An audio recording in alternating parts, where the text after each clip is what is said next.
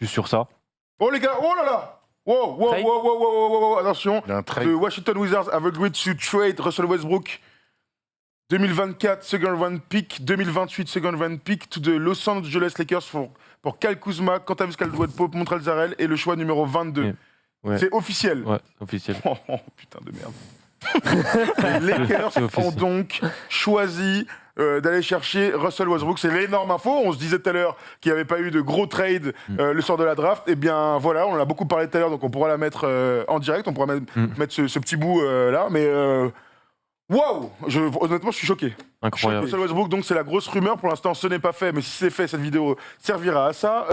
Du côté des Lakers, Montrezl Harrell a activé sa player option de 9,7 millions d'euros, de dollars, c'est mieux, parce que ça fait un peu moins en euros. Et donc, et en dinars, encore moins. Et en dinars, encore plus, du coup. C'est l'inverse. Ah, c'est vrai, pardon. Du coup, voici ce qui se passe.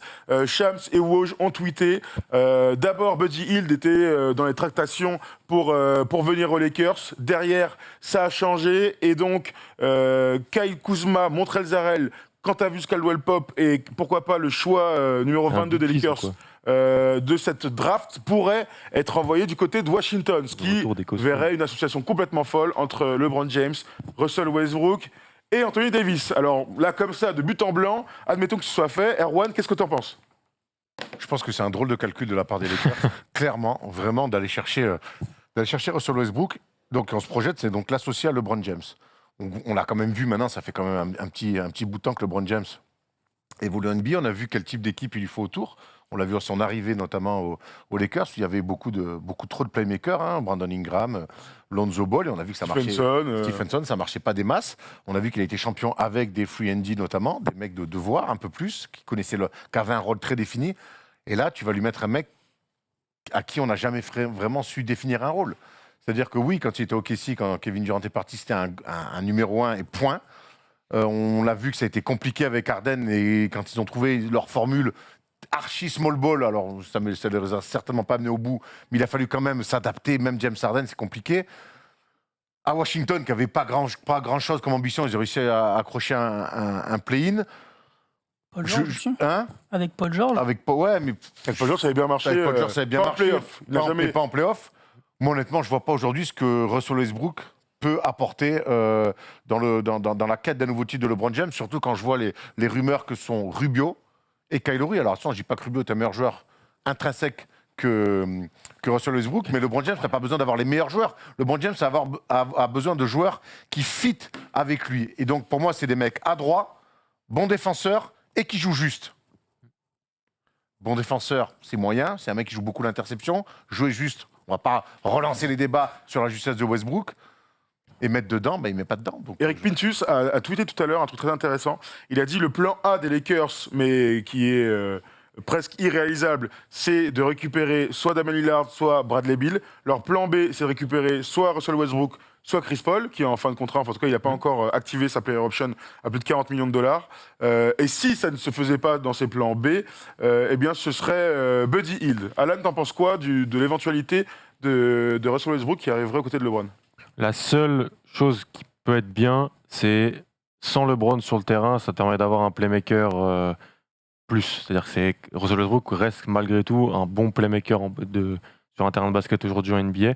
Par contre, le fit avec LeBron James et le fit en termes de spacing, shooting sur un setting playoff ou sur des fins de match, j'ai du mal à le voir. Parce que moi, comme l'a dit Erwan, ce que je veux aujourd'hui, c'est LeBron avec AD et trois shooters défenseurs autour. C'est ce qui marche, c'est ce qui a marché. Ce qui n'a pas marché cette année, par contre, c'était la création sans LeBron. Qu'est-ce qu'on faisait quand LeBron n'était pas là ? En plus, LeBron a été blessé. Là où Rondo est incroyable, jamais le retrouver. Là où la raison de l'arrivée de Dennis Schroeder, c'était pour ça, je pense. L'idée était bonne, ça s'est pas passé comme prévu, mais l'idée elle était bonne d'essayer d'avoir un mec qui pouvait créer de l'attaque, dribbler, passer, shooter, sans LeBron sur le terrain. Westbrook, pour moi, il peut le faire. Quand LeBron n'est pas sur le terrain, tu peux faire sortir LeBron et tu peux mettre Westbrook avec Davis, avec des shooters. Je pense que ça peut bien marcher. Après, c'est cher, parce que le contrat de Westbrook, il est ce qu'il est. Et c'est quoi ? C'est trois joueurs de ton cap au max. Donc c'est-à-dire qu'après, pour remplir le reste du roster, ça va être du minimum vétéran. Ça va être des ring chasers, c'est-à-dire des mecs qui viennent peuvent prendre leur bague, entre guillemets, ce qui se passe depuis longtemps avec LeBron. Hein. Ça se passait quand ils étaient à Miami, ça se Au passe Cavs aussi. au Cavs, ça se passait aux Warriors à un moment quand ils arrivaient à signer les David West et les mecs comme ça. C'est peut-être comme ça qu'ils pourraient remplir l'effectif, mais c'est vraiment une allocation de ressources sur peu de joueurs. Là où moi, je trouvais ça me dérangeait pas à l'époque en fait où ils disaient on va faire venir Kawhi. Ils se disaient à un moment ils voulaient faire venir Kawhi les Lakers. Et on se disait ça va faire tout l'argent sur Kawhi, LeBron et AD. Mais c'est Kawhi. Si tu peux le faire, Voilà. tu le fais. Là sur Westbrook, j'ai hâte de voir la tête du roster des Lakers en fait. C'est ça qui m'intéresse plus. Comment ils vont réussir à remplir ce roster. Manu, t'en penses quoi toi? Pareil, je trouve un peu compliqué de entre guillemets dilapider un roster pour un joueur qui va pas t'aider à gagner en fait. C'est un peu compliqué, mais je suis pas Rob Pelinka, donc. Il Non, c'est sûr, après- va t'aider à gagner. C'est un ajout qui doit t'aider à gagner dans leur Ouais, mais esprit, on c'est- imagine. Maintenant, moi, je me projette et moi, je le vois encore cette année à Washington, qui, je reste persuadé, a été quand même une rétrogradation. Il a d'un- été blessé, sinon il serait été en playoff Oui, facile. mais je nous, pense, hein. on l'avait annoncé, mais et puis, je le vois mal vieillir, quoi, dans le QI basket, ça et tout. Je vois pas de progrès là-dedans. Je vois pas de progrès d'adresse. Je vois pas de progrès dans le QI basket. Westbrook fera toujours du Westbrook et je suis pas convaincu. Quand je vois les meneurs disponibles éventuels pour me mettre à côté de LeBron, je suis désolé. Oui, Westbrook est un meilleur joueur que Kyle Lowry, mais demain tu mets Kyle Lowry aux Lakers, c'est banco et c'est les grands gagnants de cette free agency. Dites-nous dans le chat si certains d'entre vous sont chauds de ce transfert, parce que pour l'instant, J'en vois j'ai pas vu peu beaucoup. de gens. Voilà, c'est ça. J'ai vu peu de gens. Moi, très honnêtement, vous savez que j'aime les Lakers et que, voir l'arrivée de Russell Westbrook aux Lakers en première option quand c'était la merde, pourquoi pas. Mais là aujourd'hui, c'est vrai que la complémentarité avec LeBron, je pense que c'est le joueur le moins complémentaire de la ligue à LeBron. C'est-à-dire que c'est un joueur qui a besoin d'avoir la balle tout le temps pour exister. Alors, il a performé comme ça. C'est un joueur en triple-double de très nombreuses fois, 4 fois déjà, sur une saison complète. Donc, bravo à Russell Westbrook, qui sera Hall of Fame et tout. Sauf que le problème de LeBron, c'est qu'il faut du spacing autour et que si tu as Russell Westbrook, ton spacing, il a crevé, il est catastrophique. Mais regardez Carden. Hein. Si c'est que Russell Westbrook le non-shooter, ça va en réalité. Si les 4 autres peuvent shooter. C'était ça, ça marchait bien à Houston sur la fin de saison. Alors défensivement, il jouait avec 5 petits. défensivement ça pouvait pas tenir. Mais Westbrook faisait des cartons quand c'était parce qu'il pouvait driver quand il jouait avec les 4 shooters à côté. Davis peut tirer, LeBron peut tirer, même si c'est pas une menace.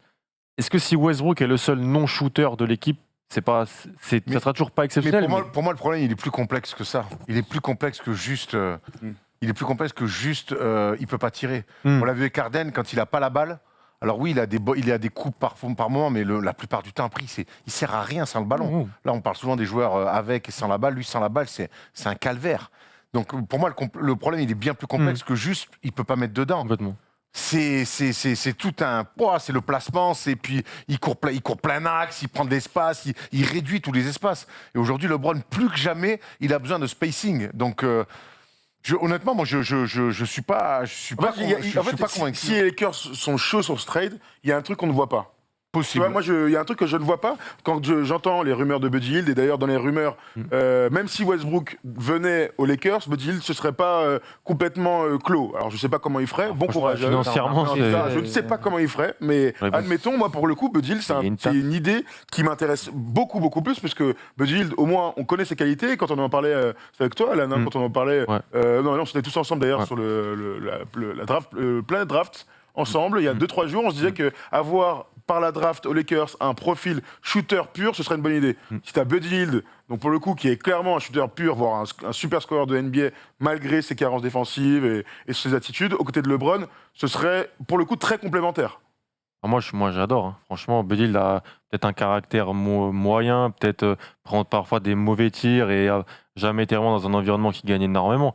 Mais c'est un shooter incroyable. Franchement, tu regardes. Je pense que les fans des Kings peuvent le dire. Alors peut-être qu'ils peuvent ne pas l'aimer pour certaines choses, mais c'est un grand malade. Hein. Oui. Au tir, c'est un grand. Un gars qui tire de 8 fois par match à 48%. C'est un fou furieux. L'avantage d'avoir LeBron dans ton équipe, c'est que quand tu amènes un joueur comme ça qui ailleurs a eu des attitudes nanana, le mec il va vite se mettre au diapason ou alors il va pas jouer, tout simplement.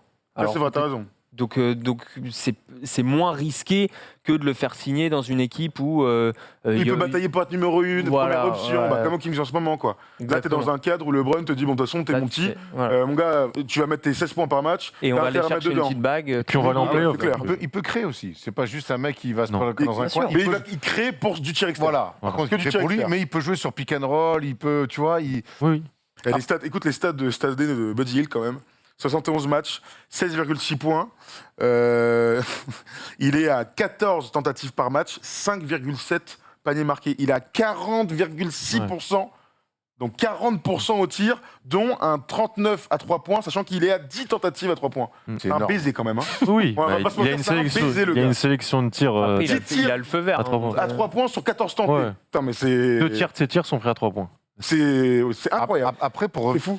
pour revenir, du coup, je reviens un petit peu sur Westbrook parce que je lis les Oui, je commentaires, t'en il y a prie, pas vas-y. mal de trucs intéressants. C'est que, est-ce qu'aussi, il va pas y avoir aussi une gestion physique de LeBron différente Oui. et qu'il va falloir à un moment donné un mec capable de rayonner comme LeBron le fait quand il n'est pas là. Et ce mec-là, pour le coup, vaut mieux avoir Westbrook que Ouais. Buddy Hield. Oui, Ça va dans ton sens parce que Maintenant, le gros, quand tu arrives en playoff, les deux seront là. Et c'est comment tu gères, Voilà. tu gères les C'est deux. le ça. gros problème de Tu vois, cette c'est saison. vraiment un vrai casse-tête. Complètement. On parlait de Schroeder, pour moi le problème de cette saison, c'est qu'il y a eu des blessures. Voilà, LeBron se pète complètement. 20 matchs, Bah oui. sinon t'es premier de l'Ouest. Que Complètement. Anthony Davis se pète en playoff, Voilà. sinon tu. 3 saisons de LeBron aux Lakers, première saison, on rate les playoffs, il se pète, personne Voilà. pour prendre le Tout à relais. fait. Après, il se pète pas, il est champion. Cette année, il se C'est pète, il clair. sort au premier tour. Est-ce qu'à un Donc moment donné, peut-être que c'est est-ce qu'à un ça, moment donné, là, les voilà, Lakers se disent putain. pas, et tout, bon, écoute, à un moment, C'est tonton, ça. on l'adore, il a quand même 37 balais, on va ça. le manager différemment, il va peut-être jouer 50 matchs sur la saison. Du coup, il va falloir et peut-être avoir et là, Westbrook, peut-être. Complètement. Et là, c'est même lui qu'il faut avoir pour le coup là-dedans. Mais une fois de plus, c'est très bien sur la saison régulière. Mais quand tu arrives en playoff, tu auras les deux. Comment tu gères les deux? Parce que moi, je reste persuadé que les deux en même temps sur le terrain, c'est pas ouf. C'est pas un bon fit.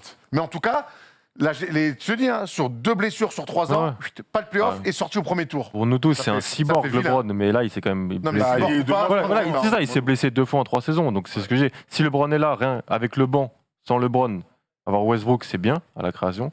Et si LeBron se blesse ou rate des matchs, c'est bien d'avoir Westbrook. Après, comme Si le dit Westbrook se Arnaud, blesse, parce c'est quand même pas non plus.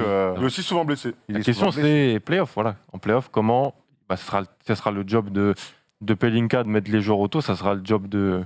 Comment il s'appelle Non. Non, pas Dave Yorker. Non. Frank Vogel. Vogel. Frank Vogel, Vogel. de former une équipe qui puisse que les deux puissent cohabiter. En tout cas, quelques commentaires, les gars. On vous a demandé en sondage est-ce que Westbrook était une bonne idée? Eh bien, non, Kata a remporté la mise à 67%.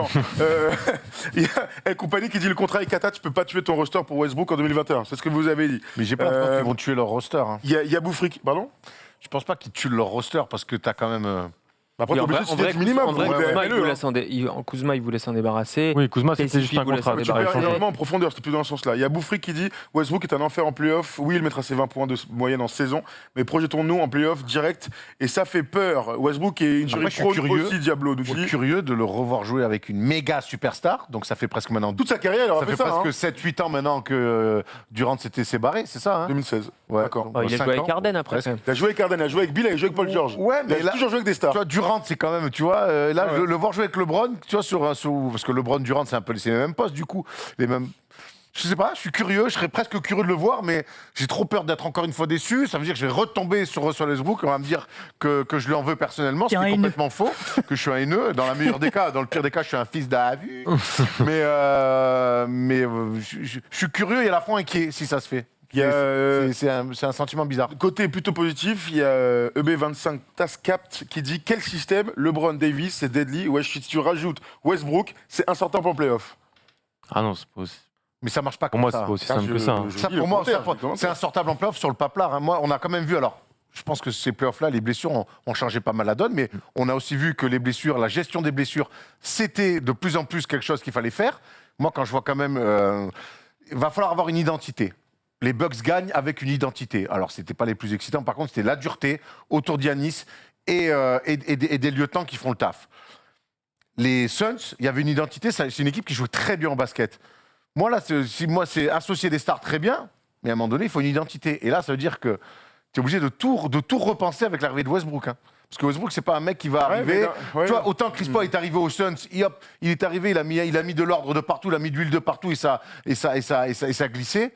Westbrook, c'est pas ce type de joueur-là. Ouais, mais à côté de ça, tu peux aussi imaginer que avec 3 talents aussi incroyables dans le roster, défendre, courir, donner la balle aux deux, Il ça peut défend pas. suffire. Westbrook, moi, honnêtement, Dans un effectif, tu peux imaginer qu'ils défendent. Enfin, en tout cas, on verra si ça se fait. Vous nous donnez évidemment, comme toujours, vos commentaires si vous êtes sur YouTube. Là, sur Twitch, on vous a pris. Ce sera en tout cas incroyable si ça se fait juste avant la draft. Donc, on n'a qu'encore quelques minutes à voir. Mais je regarde, il est 1h45. Donc, Polo, tu peux couper la petite vidéo.